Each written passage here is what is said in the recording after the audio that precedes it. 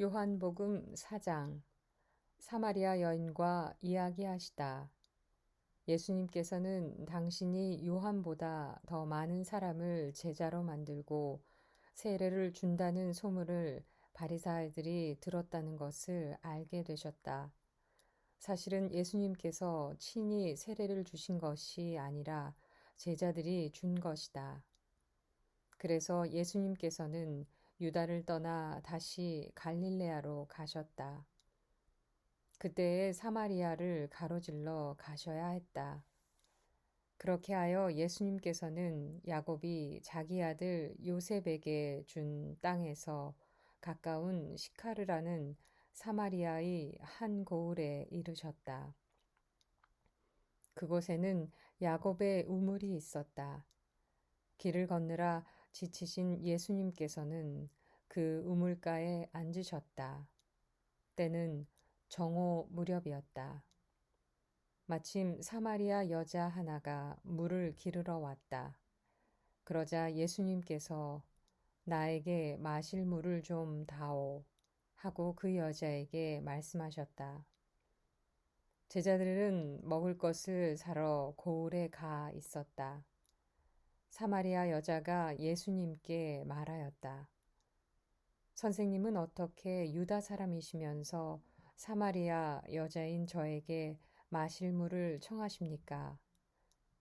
사실 유다인들은 사마리아인들과 상종하지 않았다. 예수님께서 그 여자에게 대답하셨다. 네가 하느님의 선물을 알고 또 나에게 마실 물을 좀 다오 하고 너에게 말하는 이가 누구인지 알았더라면 오히려 내가 그에게 청하고 그는 너에게 생수를 주었을 것이다. 그러자 그 여자가 예수님께 말하였다. 선생님, 두레박도 가지고 계시지 않고 우물도 깊은데 어디에서 그 생수를 마련하시렵니까? 선생님이 저희 조상 야곱보다 더 훌륭한 분이시라는 말씀입니까? 그분께서 저희에게 이 우물을 주셨습니다. 그분은 물론 그분의 자녀들과 가축들도 이 우물물을 마셨습니다. 예수님께서 그 여자에게 이르셨다. 이 물을 마시는 자는 누구나 다시 목마를 것이다. 그러나 내가 주는 물을 마시는 사람은 영원히 목마르지 않을 것이다. 내가 주는 물은 그 사람 안에서 물이 솟는 샘이 되어 영원한 생명을 누리게 할 것이다. 그러자 그 여자가 예수님께 말하였다. 선생님, 그 물을 저에게 주십시오. 그러면 제가 목마르지도 않고 또 물을 기르러 이리 나오지 않아도 되겠습니다. 예수님께서 그 여자에게 가서 네 남편을 불러 이리 함께 오너라 하고 말씀하셨다. 그 여자가 저는 남편이 없습니다 하고 대답하자 예수님께서 말씀하셨다. 저는 남편이 없습니다 한 것은 맞는 말이다. 너는 남편이 5이나 있었지만 지금 함께 사는 남자도 남편이 아니니 너는 바른 대로 말하였다. 여자가 예수님께 말하였다. 선생님, 이제 보니 선생님은 예언자시군요. 저희 조상들은 이 산에서 예배를 드렸습니다. 그런데 선생님네는 예배를 드려야 하는 곳이 예루살렘에 있다고 말합니다. 예수님께서 그 여자에게 말씀하셨다. 여인아, 내 말을 믿어라. 너희가 이 산도 아니고 예루살렘도 아닌 곳에서 아버지께 예배를 드릴 때가 온다. 너희는 알지도 못하는 분께 예배를 드리지만 우리는 우리가 아는 분께 예배를 드린다. 구원은 유다인들에게서 오기 때문이다. 그러나 진실한 예배자들이 영과 진리 안에서 아버지께 예배를 드릴 때가 온다. 지금이 바로 그때다. 사실 아버지께서는 이렇게 예배를 드리는 이들을 찾으신다. 하느님은 영이시다. 그러므로 그분께 예배를 드리는 이는 영과 진리 안에서 예배를 드려야 한다. 그 여자가 예수님께 저는 그리스도라고도 하는 메시아께서 오신다는 것을 압니다. 그분께서 오시면 우리에게 모든 것을 알려주시겠지요. 하였다. 그러자 예수님께서 그 여자에게 말씀하셨다. 너와 말하고 있는 내가 바로 그 사람이다. 바로 그때 제자들이 돌아와 예수님께 여자와 이야기하시는 것을 보고 놀랐다. 그러나 아무도 무엇을 찾고 계십니까? 또는 저 여자와 무슨 이야기를 하십니까? 하고 묻지 않았다.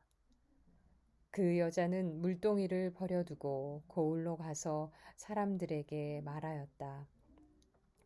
제가 한 일을 모두 알아맞힌 사람이 있습니다. 와서 보십시오. 그분이 그리스도가 아니실까요? 그리하여 그들이 고을에서 나와 예수님께 모여왔다. 그러는 동안 제자들은 예수님께 스승님, 잡수십시오 하고 권하였다. 그러나 예수님께서는 나에게는 너희가 모르는 먹을 양식이 있다 하시자 제자들은 서로 누가 스승님께 잡수실 것을 갖다 드리기라도 하였다는 말인가 하고 말하였다. 예수님께서 다시 그들에게 말씀하셨다. 내 양식은 나를 보내신 분의 뜻을 실천하고 그분의 일을 완수하는 것이다. 너희는 아직도 넉 달이 지나야 수확 때가 온다 하고 말하지 않느냐. 자, 내가 너희에게 말한다. 눈을 들어 저 밭들을 보아라. 곡식이 다 익어 수확 때가 되었다. 이미 수확하는 이가 삭을 받고 영원한 생명에 들어갈 알곡을 거두어 드리고 있다. 그리하여 씨 뿌리는 이도 수확하는 이와 함께 기뻐하게 되었다. 과연 씨 뿌리는 이가 다르고 수확하는 이가 다르다는 말이 옳다. 나는 너희가 애쓰지 않은 것을 수확하라고 너희를 보냈다. 사실 수고는 다른 이들이 하였는데 너희가 그 수고의 열매를 거두는 것이다. 그 고을에 사는 많은 사마리아인들이 예수님을 믿게 되었다. 그 여자가 저분은 제가 한 일을 모두 알아맞혔습니다. 하고 증언하는 말을 하였기 때문이다. 이 사마리아인들이 예수님께 와서 자기들과 함께 머무르시기를 청하자 그분께서는 거기에서 이틀을 머무르셨다. 그리하여 더 많은 사람이 그분의 말씀을 듣고 믿게 되었다. 그들이 그 여자에게 말하였다. 우리가 믿는 것은 이제 당신이 한 말 때문이 아니요. 우리가 직접 듣고 이분께서 참으로 세상의 구원자이심을 알게 되었소. 왕실 관리의 아들을 살리시다. 이틀 뒤에 예수님께서는 그곳을 떠나 갈릴레아로 가셨다. 예수님께서는 친히 예언자는 자기 고향에서 존경을 받지 못한다고 증언하신 적이 있다. 예수님께서 갈릴레아에 가시자 갈릴레아 사람들이 그분을 맞아들였다. 그들도 축제를 지내러 예루살렘에 갔다가 예수님께서 축제 때에 그곳에서 하신 모든 일을 보았기 때문이다. 예수님께서는 물을 포도주로 만드신 적이 있는 갈릴레아 카나로 다시 가셨다. 거기에 왕실 관리가 한 사람 있었는데 그의 아들이 카파르나움에서 알아누워 있었다. 그는 예수님께서 유다를 떠나 갈릴레아에 오셨다는 말을 듣고 예수님을 찾아와 자기 아들이 죽게 되었으니 카파르나움으로 내려가시어 아들을 고쳐 주십사고 청하였다. 예수님께서는 그에게 이르셨다. 너희는 표징과 이적을 보지 않으면 믿지 않을 것이다. 그래도 그 왕실 관리는 예수님께 주님, 제 아이가 죽기 전에 같이 내려가 주십시오 하고 말하였다. 그러자 예수님께서 그에게 말씀하셨다. 가거라. 내 아들은 살아날 것이다. 그 사람은 예수님께서 자기에게 이르신 말씀을 믿고 떠나갔다. 그가 내려가는 도중에 그의 종들이 마주와서 아이가 살아났다고 말하였다.